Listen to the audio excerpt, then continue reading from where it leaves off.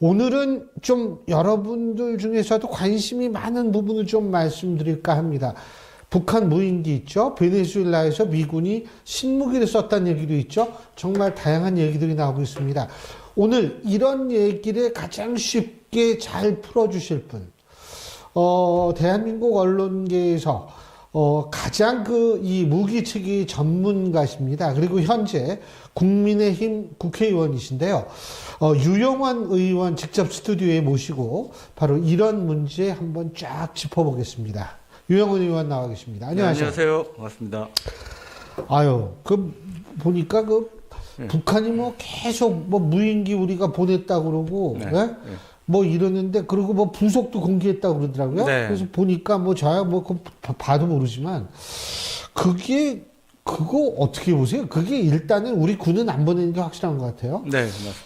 근데 우리 쪽에서 보냈다고 보세요? 아니면 저쪽에서 자작극을 했다고 보세요? 북한 애들 워낙 거짓말을 많이 하니까. 네, 네. 어떻게 보십니까? 그런데 이번에 이제 북한이 공개한 사진들을 보면 예. 뭐 여러 이제 전문가들께서 말씀하셨지만 그 중국제 부품인 것으로 이제 확인이 되고 예. 있고요.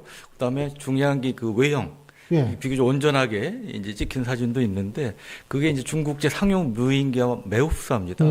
그래서 그런 것들은 일단은 우리 군에서 운영하고 있는 것 중에는 없고요. 예. 근데 민간에서 이제 그런 걸 수입해서 쓸 수가 있겠죠. 그래서 우리 민간단체 쪽에서 보냈을 가능성도 있고, 뭐 최악의 경우는 이제 북한이 자작극을 했을 가능성도 있는데 저는 일단은 지금까지 나타난 거 봐서는 뭐 전자 쪽이 좀 높지 않나 이제 그렇게 생각이 됩니다. 물론 이제 후자의 경우도 이제 가능성을 열어놓고 계속 확인을 해봐야 될 걸로 봅니다. 근데 사실 네. 제가 궁금한 게요. 네. 그거 보면은 SD 카드 꽂아놓고서 다시 네. 비행기 갔다가 돌아오면은 그때 회수해가지고 사진 찍는다. 이게 네. 라이브 피드가 지금 우리나라에 다 돼 있는데 네. 그럴 이유가 없잖아요. 그죠? 네. 그걸 북한이 모를 리가 없잖아요. 네. 북한도 우리 무기체계 잘 알고 있을 거 아닙니까? 네. 관심사가 거길 텐데. 그러니까 이번에 북한이 뭐 이제 이게 군부 소행, 우리 군 소행할 수 있다고 주장을 하면서 근거로 내세운 게 이제 우라늄 광산이니 나름 이제 중요한 시설의 사진을 찍었다. 이렇게 이제 공개를 했는데 그 공개한 사진 해상도를 보면 굉장히 낮습니다. 그렇죠. 근데 우리 이제 미국 정찰위성은 해상도가 5cm 정도로 엄청 정밀하고요. 우리는 그보다 좀 떨어지지만 우리도 이제 공개된 사진보다 정밀한 사진을 찍는 이러한 이제 위성도 운용을 하고 있기 때문에 굳이 군에서 무인기를 띄워서 그거를 찍을 필요도 없는 거죠. 이미 우리 그거에 대해서는 정보를 이제 확보하고 있는 것이고요. 그런 점에서 보면 이제 북한이 처음에 우리 군 소행일 가능성을 암시를 했다가 나중에 이제 김여정이 얘기할 때는 이제 그 부분은 싹 빼고 이제 꼬리를 내리는 그런 모습을 보였죠. 근데 이렇게 시비를 거는 거거든요. 제가 볼 때에는. 이거 완전히 자기네들도 뻔히 알고 있는 것을 모르는 척하고서 시비를 거는 건데, 김여정이가 했던 얘기 중에 이런 부분을 제가 좀 주목을 하는데, 뭐냐면, 그럼 우리도 민간이 보내는, 걔들이 민간이 어디 있습니까? 민간이 보내는 막 엄청난 많은 드론을 보내겠다. 그 얘기는 도발을 하겠다는 얘기 아닌가 이런 생각도 들어요. 그렇죠. 이제 우리 사실은 위협한 거죠. 근데 저는 이번 사태를 보면서 안타까운 게 물론 이제 진상은 파악해야 됩니다. 네. 뭐 우리 민간에서 보낸 건지 북한이 자작극인지 그 부분은 이제 우리가 추적을 해서 이제 확인해 볼 필요는 있는데 근데 그 북한이 한 두어 번 얘기한 거 가지고 우리 청와대 국방부 이런 데서 심지어 하루에 7번 정도 입장을 내기로 했어요. 그러니까 우리말이 과유불급 있지 않습니까? 이게 너무 지나친 거죠. 그러니까 이제 북한이 우리를 우습게 보고 자기들이 정당한 행동을 하는 것처럼 그렇게 적반하장식으로 주장하는 거 아닙니까?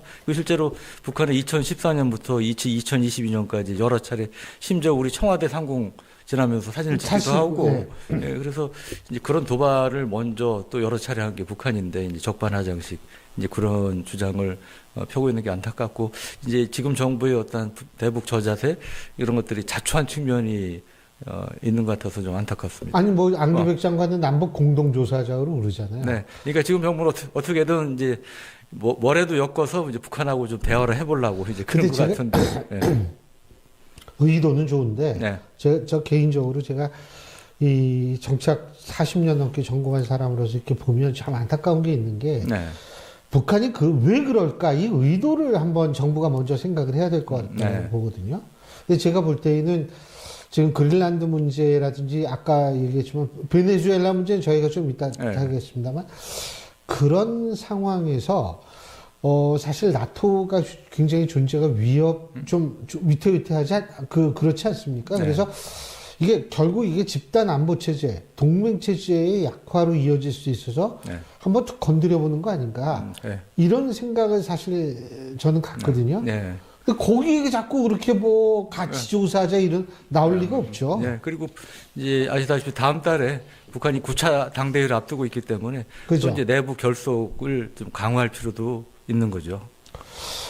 어떻게 보세요? 나토 조금 미래 어떻게 될 것 같으세요? 그린란드 문제 때문에? 제가 작년 2월에 사실 우크라이나도 단독으로 가서 북한군 알아요. 북한군 포로도 만나고요. 그다음에 이제 북한군 이 참전 현황 제가 이제 브리핑도 받고 그랬는데 그때 마침 2월 24일이 우크라이나 전 개전일입니다. 그래서 개전 3주년 맞춰서 EU, 나토 정상들이 한 10여 명이 키우에 모여서 긴급 정상회담을 했는데 제가 모르고 갔는데 아주 운 좋게 거기 옵접으로 제가 참석을 했어요. 그래서 이 나토 정상들이 정말 이 우크라이나 전쟁에 대해서 얼마나 심각하게 느끼고 있는지 제가 피부로 좀 경험할 그럴 기회를 가졌는데 그때 이제 1번 푸틴의 야망이 우크라이나에 그치지 않을 것이다.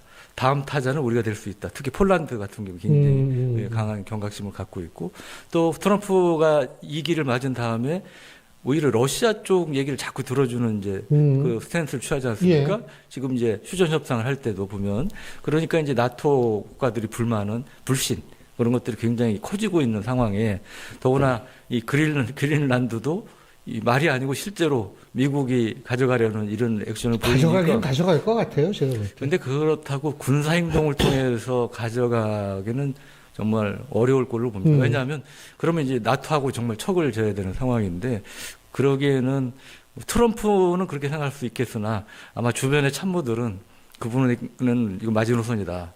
그래서 이제 만류할 가능성이 많다고 보여지고요. 다른 형태로 이제 압박을 가해서 이제 가져가는 거는 분명히 시도할 것 같습니다. 그 다른 형태라는 거 뭐 예를 들면 시민권 주고 거기에 뭐 돈 주고 주민들한테 경제 외교적인 압박. 근데 그런 식으로 되면 그 다음에 또 캐나다 북부 아니에요? 네. 거기도 트럼프가 그러니까 자꾸 지금 51번째 주라고 얘기를 하는 이유 중에 하나는 뭐 캐나다 전체를 갖는 건 아니지만 이 북부 쪽을 좀 흥미롭게 바라보고 있지 않나 이런 생각이 들거든요. 제가 지난번에 그래서 베네수엘라 그 사태를 계기로 이제 긴급 세미나를 했는데 그때 전문가들께서 그런 얘기를 하더라고요. 상당히 보수 성향의 전문가신데 지금 이제 제국주의 부활의 시대를 맞고 있다. 이제 힘의 논리가 통하는. 그래서 이제 그런 말씀들이 상당히 뼈아픈 이제. 근데 그런 차원에서 한미 동맹의 미래는 뭐 어떻게 보세요? 한미동맹은 그나마 이제 트럼프가 기본적으로 또 본투비 사업가 아닙니까? 그런데 우리가 미국에 대해서 트럼프가 아쉬워하는 그를 충족시킬 수 있는 카드가 좀 있잖아요. 뭐 조선은이라든지 뭐 이런 것들 방산이라든지 이런 카드가 있기 때문에 그나마 그래도 우리가 한미가 같이 갈 수 있는 부분 있다고 보고요. 또 전략적으로 보면 제일 큰 미국의 제일 목표는 중국 견제 아닙니까? 그러면 지난번에도 뭐 주한미군 사령관도 얘기를 했지만 요새 유행하는 게 그거잖아요. 대한민국 지도를 거꾸로 이렇게 놓고 그래서 평택에서 저 뭐 대만까지 몇 킬로고 오키나와까지 몇 킬로고 그 지도도 나왔는데 이제 그런 것들이 다시 얘기하면 한반도의 특히 한국의 전략적 중요성을 보여주는 거죠. 그래서 그런 면에서 보면 미국이 이제 중국 견제를 염두에 둔다면 쉽게 포기할 수 없다. 바꾸어 얘기하면 주한미군을 줄을 수는 있으나 완전 철수할 가능성은 낮다. 이제 그런 것들이 이제 나타나는 부분이기 때문에 이제 그 부분은 상당히 이제 충돌은 할 부분 여지는 많지만 우리가 흔히 얘기하는 파탄지경이라든지 이런 것들은 아직까지는 뭐 크게 우려하지 않아도 되지 않을까 싶습니다. 만약 지상군을 좀 줄이고 공군력을 조금 놔두면 그건 어떻게 보세요? 그러니까 지금 보면 우리가 이제 대만 사태에 특히 주한미군이 개입될 이른바 전략적 유연성 문제를 얘기를 하는데 현실적으로 보면 지상군이 이제 대만 사태 직접 투입될 가능성이 낮습니다. 결국 이제 지원한다면 해공군 형태가 될 거고 그러면 주한미군도 공군이 이제 아마 직간접적으로 대만 사태에 개입 또는 지원될 이제 가능성이 많고요. 이제 그런 점에서 보면 우리 입장에서는 안 좋죠. 왜냐하면 남북 간의 전면전이 벌어지면 아직까지 우크라이나전 같이 이 지상전, 참모전까지는 아니어도 지상전이 큰 역할을 할 가능성이 많은데 그러면 아무리 AI와 드론 이런 첨단 무기, 4차 산업혁명을 활용한 첨단 기술이 발달한다 하더라도 지상전에 사람 숫자가 중요합니다. 결국은 그래서 거기 가서 깃발 꽂는 건 지상군이다. 보병입니다. 부지상군입니다. 그래서 그걸 우크라이나가 잘 보여주고 있는데 그런 점에서 보면 지상군이 대폭 줄거나 아예 철수한다면 우리한테는 상당히 안 좋은 메시지죠. 아니 지금 제가 좀 궁금한 게 미군의 어쨌든 주한미군의 성격이라든지 이런 거는 변화할 가능성이 높은데 네. 북한이 지금 러시아의 지원을 받아서 재래식 무기는 우리가 위인데 네. 그 재래식 무기를 좀 막 이 현대화에 박차를 가하고 있다. 네. 의원님께서 보실 때 몇 년이면 현대화에 다룰 수 있을까요? 그게 아주 좀 진폭이 크더라고요. 3년 네. 10년 어떻게 보세요? 근데 재래식 무기는 핵무기와 달리 일정 숫자가 됩니다. 예. 숫자가 좀 많아야 돼요. 전차 같으면 예. 10대 무슨 의미가 있겠어요? 몇백 대 돼야 그게 군사적으로 전략적으로 의미가 있죠. 전투기도 몇십 대 이상 돼야 되겠죠. 함정도 몇십 대 이상 돼야 되는데 그게 다 돈 아닙니까? 그렇죠. 예. 근데 이제 우리가 이제 우려해야 될 것 중에 하나는 재래식 무기는 숫자는 북한이 많지만 질적으로는 우리하고 게임이 안 된다.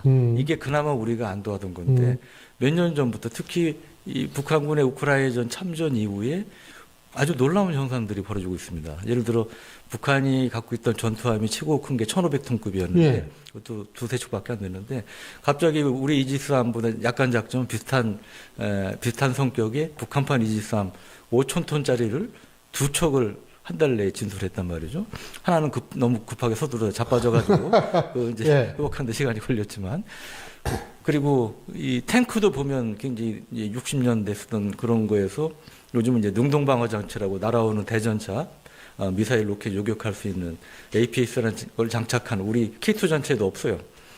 근데 이제 그런 걸 장착한 것도 등장을 시키고 그래서 이제 그런 부분은 우려되는데 문제는 이제 숫자를 이걸 많이 늘려서 양산까지 할 것이냐 그거는 별개의 문제죠. 그리고 아까 말씀 돈이 필요하기 때문에 그거는 저는 시간이 상당히 걸릴 수 있다고 봅니다. 다만 그 중에서 우려되는 건 드론입니다. 이 드론은 이제 북한이 피를 흘리면서 우크라이나전에서 그걸 배웠기 때문에 실제로 자폭 드론이나 이런 것들은 기술적으로 우리보다 향상된 뛰어난 드론들을 실제로 지금 개발해서 시험하고 일부는 배치하는 모습을 보이고 있어서 김여정이 아까 협박했다는 거 있지 않습니까?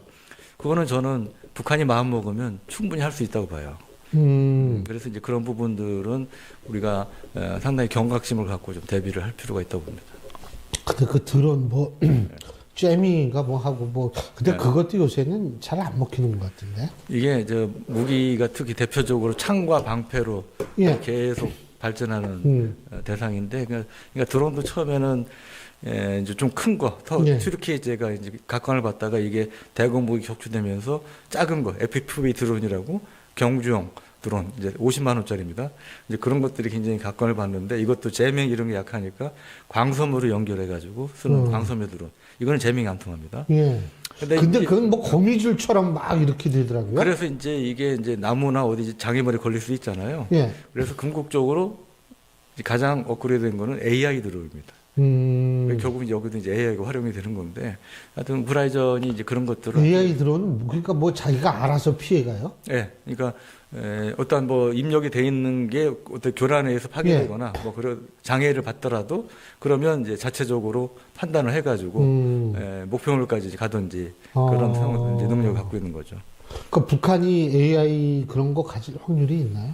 지금 적어도 예. 아주 높은 수준의 AI는 아니지만 예. 형상을 기억한 예를 들어 한국 K2 전차, 주한미군의 M1A2 전차 이런 것을 형상을 입력을 시켜서 기억을 시켜서 날아가다가 저거 K2 전차내에서 그러면 지가 알아서 그 목표물을 타격하는 네, 그런 드론까지는 지금 뭐 개발을 하고 있거나 개발에 어느 정도 성공한 것으로 이렇게 추정이 됩니다. 그러니까 AI 드론은 재민 같은 게 결국은 크게 뭐 역할을 못한다 이 말씀이시네요. 그렇죠. 그죠? 예. 아니 그 북한 그리고 또 하나는 지금 북한의 ICBM 우리가 그냥 ICBM, SLBM 그다음에 네. 핵잠수함 요게 근데 ICBM 없더라도 SLBM 성공하고 그 잠수함 탑재 미사일이죠. 네. 핵잠수함 이거 있으면은 ICBM 아니라도 미국 충분히 겁칠 수 있잖아요. 이미 이제 ICBM은 예. 여러 종류를 개발했습니다, 북한이. 네, 그래서 이제 다시 이 예. 대기권 재진입 기술 그것까지는 이제 확인이 안 됐지만 사거리 자체는 이제 충분히 이제 미국 전역을 타격할 수 있는 능력은 이미 보여줬고요. 예. 그리고 이제 화성 20평이라고 신형 971 ICBM도 이제 지난번 예. 열병식에 처음으로 이제 공개를 했죠. 근데 이제 핵추진 잠수함이 이제 이슈가 되는데 최근에 SLBM 그 형태를 이제 공개를 했죠. 그리고 이거 보면 이제 SLBM 한 10개 정도 예.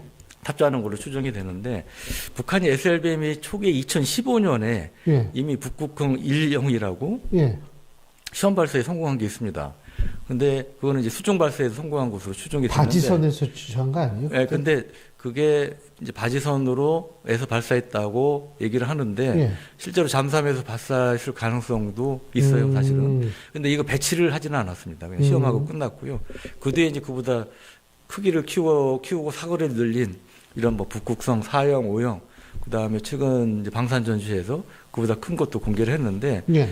북한 핵추진 잠수함에는 북극성 뭐 4호형이나 아니면 신형 SLBM을 탑재할 가능성이 있다고 보여지는데 문제는 이게 실제로 그러면 언제쯤 이 핵잠수함, 북한 핵추진 잠수함이 작동할 수 있을 것이냐. 그거는 좀 퀘스천 마크입니다. 상당히 시간이 걸릴 수 있다. 왜냐하면 북한이 이제 전술핵 잠수함이라고 핵 표현을 썼지만 추진은 재래식인 잠수함을 김군옥 영웅함이라고 그 아주 기묘하게 생긴 게 있습니다. 예. 조선공학적으로 굉장히 문제가 많은 그 별명이 프랑켄슈타인이라고 별명을 가진. 예. 예. 그래서 이거는 물속에 한번 깔아앉으면 진짜 영원히 잠수하는 못 올라오는 이런 잠수함일 거다. 이제 그런 얘기도 있고 그런데. 진짜 잠수함이네요. 예, 예. 영원히 잠수하는. 근데 이게 이제 2023년 9월에 진술했는데 아직까지 물속에 들어가서 시험하고 항해하고 이런 게 확인이 안 됐습니다. 물 위로 왔다 갔다 하는 거예요. 그러니까 그만큼 이런 것도 지금 이렇게 시간이 걸리는데 핵추진 잠수함은 여러 가지 이제 안전성 문제도 철저히 검증을 해야 되고 그래서 아마도 실제로 그게 제대로 운용되는 데는 상당한 이제 시간 시행착오를 겪어야 될 걸로 보여집니다. 그 드골이 뜬 유명한 말이 있죠. 네. 예전에 프랑스가 그 핵무기 개발할 때 파리를 위해서 뉴욕을 포기할 수 있는데 네.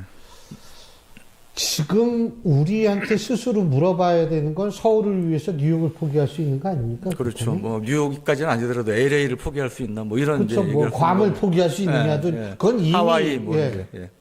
어떻게 보세요? 그러니까 이제 그런 면을 따져 보면 이제 우리가 이제 핵무장을 하는 게 맞죠, 궁극적으로는. 그리고 지금 요새 계속 나오는 게 트럼프가 미국이 특히 트럼프가 네. 이제 비핵화는 포기했다.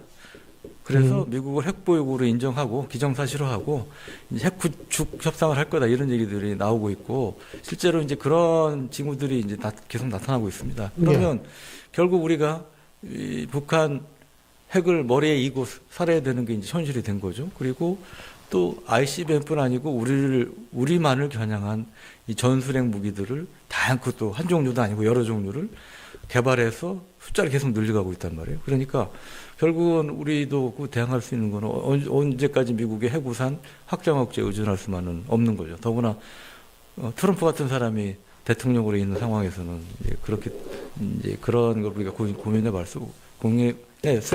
할 수밖에 없고요. 그런 점에서 보면 저는 근데 이제 핵무장 바로 가는 건 이제 경제적인 면에 리스크나 이런 게 크니까 일단 저는 이제 전 단계 그래서 뭐 농축 제철 기술 확보하고 핵추진 잠수 확보하고 한미 원자력 협정부터 근데 이제 그러려면 개정되죠. 이제 원자력 네. 협정이 농축 제철 기술 가지려면 개정돼야 되고요. 이제 핵추진 잠수함은 해결을 받으려면 이제 원자력 협정과 별개 또 별도 협정이 맺어가지고 해야 되는데 여가 이제 그런 노력이 필요한데 마침 그나마 다행인 것은 이 정부 들어서 그래도 트럼프라는 이 사업가를 만나서 예, 그 물꼬는 텄다. 앞으로 넘어야 될 산은 굉장히 많지만 여하튼한테 큰 물꼬는 텄다. 이제 그런 점에서는 의미가 있다고 봅니다. 지금 미국 트럼프 행정부 비핵화 얘기하지 않고 네. 예? 중국은 에이펙 때도 비핵화 입에도 올리지 않고 네. 이번에 이재명 대통령 중국 국빈 방문했을 때도 입에도 올리지도 않았어요. 네. 근데 오늘 이재명 대통령이 한일 정상회담하러 일본 나라에 가지 않았습니까? 네. 사카이치 총리가 비핵화 예. 공식적으로 얘기 꺼냈어요. 네. 이 얘기를 보면 결국은 비핵화 꺼낸 나라가 우리하고 일본밖에 안 남았어요. 네. 지금. 예. 이거는 굉장히 저는 심각하게 받아들여야 되는 현실 아닌가 이런 생각이 들거든요. 네, 맞습니다. 예. 근데 우리가 이제 근데 우리가 그렇다고 북한 그래 핵 뭐 너네 이제 가진 거 인정할게. 그럴 수는 없는 거예요. 아, 당연하죠. 예, 예. 우리가 이제 내막적으로는 그 전제로 해서 대비책을 세워야 되죠. 북한 이제 핵 무조건 핵무기고 늘려갈 거다. 이 전제하에 대비하는 게 안보상 맞는 겁니다. 근데 그렇다고 우리가 이제 공식적으로 북한 그래 너네 핵보유고 맞아. 그래가지고 그렇게 할 수는 현실적으로 없는 거기 때문에. 근데 앞으로 이제 그럼에도 불구하고 말씀하다시피 점점 이제 외로운 존재, 예, 그런 존재가 돼가지 않을까 아니, 그러더라고요. 근데 그래서 한일 관계가 저는 더 중요해질 것 같다는 생각이 드는 게 예. 지난번에 그 사카이 총리가 중국에 대해서 세게 얘기했다가 오히려 미국이 막 말리고 왜 그러냐 그러고 그러지 않았습니까? 네.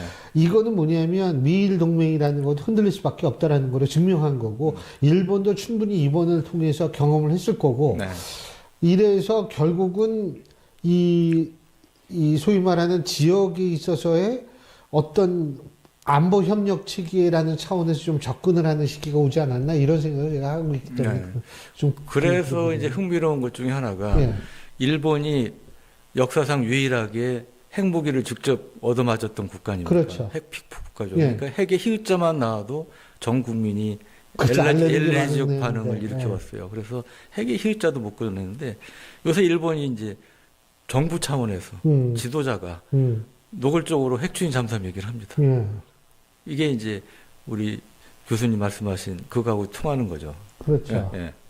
아니, 그래서 과거사 문제 당연히 우리가 중요시 여겨야겠지만 네. 일단 생존에 관한 문제도 등한시할 수가 없잖아요. 생존을 해야지 과거사도 있고 하는 거니까 그런 부분에 있어서 우리가 좀 생각을 해볼 필요가 있다라고 생각이 들고 지금 제가 핵무기 여쭤봤는데 제가 그 좀 신기한 기사를 읽었어요. 연합뉴스 TV에서 나왔던 건데 그 뉴스원에서도 보도를 한 건데 이번에 베네수엘라를 공격해서 마두로를 미국이 체포할 때 네. 실제로 투입된 군병력이 한 20명 정도다. 네. 근데 듣도 보도 못한 무기가 동원됐다라는 것이 네. 물론 확인이 좀 더 필요하지만 보도가 되고 있어요. 네. 어떻게 보십니까? 그러니까 그 실제로 투입됐다는 것은 마두로 체포 작전을 직접 벌였던 특수부대 예. 델타포스 네이비실을 얘기할 겁니다. 왜냐하면 이번에 동원된 항공기만도 150대 어허. 얘기하지 않습니까? 예. 그래서 실제 지원 병력은 보다 이제 훨씬 많았을 거고요. 근데 이번에 보면 뭐 그 마두로 경호원, 뭐 쿠바 경호원이 많았다고 그러는데 뭐 코피를 쏟고 쓰러졌다. 빵 터트리니까 뭐 예, 코피 쏟고 막 어떤 사람 피도 토하고. 예. 근데 이게 이제 이른바 이제 비살상북입니다. 사람 죽이지 않고 무력화하는 거거든요. 그 누웠는데 일어날 수가 없었다는 거예요. 근데 이제 죽었다는 얘기는 안 예. 하지 않습니까? 그러니까 영어로 이제 non lethal weapon이라고 해요. 근데 이 영화 헐크 보셨죠? 예. 헐크에 보면 막 그 헐크를 향해서 뭐를 쏘니까 막 총포를 쏘는 게 아니에요. 근데 헐크 막 옷도 찢어지고 확뭐 기로하고 그런 예, 장면 예, 예. 기억나십니까? 예. 이제 그런 게 이제 비살상북입니다. 무기 중에 하나고요. 그래서 이제 그런 이제 음파를 쓰는 게 있고 어떤 거는 이제 극초단파를 써서 무력화하는 게 있고 그런데 이제 그런 이제 무기 일종으로 이제 보시면 될 것 같고요. 극초단파는 이 벽도 뚫는다 그러더라고요. 예. 그러니까 이제 우리 이제 저 레인지 있잖아요. 예. 레인지가 이제 전자레인지. 예, 마이크로웨이브 예. 이제 써서 이제 하는 건데 이제 그런 것들이 이제 전자회로를 태우고 뭐 이제 그런 역할을 이제 주로 하니까 드론도 이제 군집 드론이라고 벌떼처럼 드론이 이제 나타나지 않습니까? 예. 그러니까 스파이더맨 예, 시리즈 맞아요. 중에도 이게 몇백 대가 한꺼번에 예. 막 몇천 대가 나오는데 그런 거는 그 총포를 쏴가지고 일일이 대응하기 힘듭니다. 예. 레이저 광선도 이제 한두 대밖에 안 되니까 한 번에 그것도 한계가 있고 그래서 결국은 이제 그런 빔을 써야 됩니다. 마이크로웨이브라든지 뭐 이런 이제 빔 무기를 쓸 수밖에 없는데 여하간 이제 그런 면에서 이번에 그 마두로 체포 작전은 군사적인 면에서 보면 국제법적으로 사실은 예, 문제가 많죠. 논란의 여지가 많은데 이제 군사적인 면에서만 군사 기술적인 면에서는 거의 퍼펙트한 작전이다. 왜냐하면 미군이 이제 부상자는 있지만 적어도 사망자는 예, 없었고. 희생자는 없었고 36년에 이제 아주 비슷한 성격의 작전이 있었죠. 파나마 노레아가를 예. 예, 거기도 이제 군병력이 들어가서 체포해 온 작전인데 그때는 이제 지상군이 들어가서 몇 개월 동안 작전하다 보니까 23명이 전사하고 수백 명이 부상한 피해를 입었는데 이번에는 아주 짧은 시간 내에 딱 서지컬 스트라이크죠. 말 그대로 표정만 딱 예. 잡아서 이제 온 거잖아요. 그래서 이제 그거는 이제 아까 항공기 얘기도 말씀드렸지만 전력도 그때 완전히 끊겼다고 그러죠. 전기도. 그러니까 사이버전, 전자전 예. 뭐 이런 것들이 총동원된 그리고 뭐 팔란티어의 AI 시스템을 활용했다, 뭐 스타링크도 활용했다 이런 얘기 나오는데 그런 것들이 종합된 그 현대전, 첨단전의 전형을 보여주는 그거 그런 합하면 개론으로. 핵무기가 없어도 되나요? 예. 그러니까 그거는 핵무기라는 게 파괴력은 크지만 예. 실제 표적을 확실히 없앤다고 보장은 못하지 않습니까? 예를 들어 적 지도자를 제거했다 네. 이거예요. 그러면 적 지도자가 만약에 지하 한 200, 300m 되는 강력한 안반으로 돼 있는 지하 예. 벙커에 숨었다. 그러면 거기는 핵 공격을 하더라도 이 사람을 죽일 수 있다는 보장은 없는 거죠. 그러니까 이제 그런 상황에서 제거하려면 결국은 특수부대가 우선 동원돼야 되고 다른 아까 말씀드린 그러한 것들이 뭐 사이버전, 전자전, 전자기전이라고 그러는데 이런 것들이 종합돼야 되는데 그래서 옛날에는 이제 전장이 크게 세 개죠. 지, 해, 공. 예? 땅, 바다, 육지. 근데 이제 어느 순간부터 이게 5개 전장으로 확대됐어요. 물속도 있고 땅속도 있고. 그러니까 우주 사이버. 아, 우주 사이버. 예, 예. 두 개가 추가돼서 5개 전장이라고 표현하는데 그게 이제 현대전의 모습. 예. 알겠습니다. 어유 얘기 너무 재밌게 듣다 보니까 시간이 후딱 갔나요. 근데 아이고, 어쨌든 벌써 이 예정 시간 넘긴 거 아니에요? 아니 괜찮아요. 아 근데 너무 재밌어가지고 좀 자주 좀 나와 주십시오. 아 너무 시간이 금방 갔어요 진짜. 네, 네, 감사합니다. 오늘 말씀 잘 들었습니다. 고맙습니다. 네, 고맙습니다. 예. 네.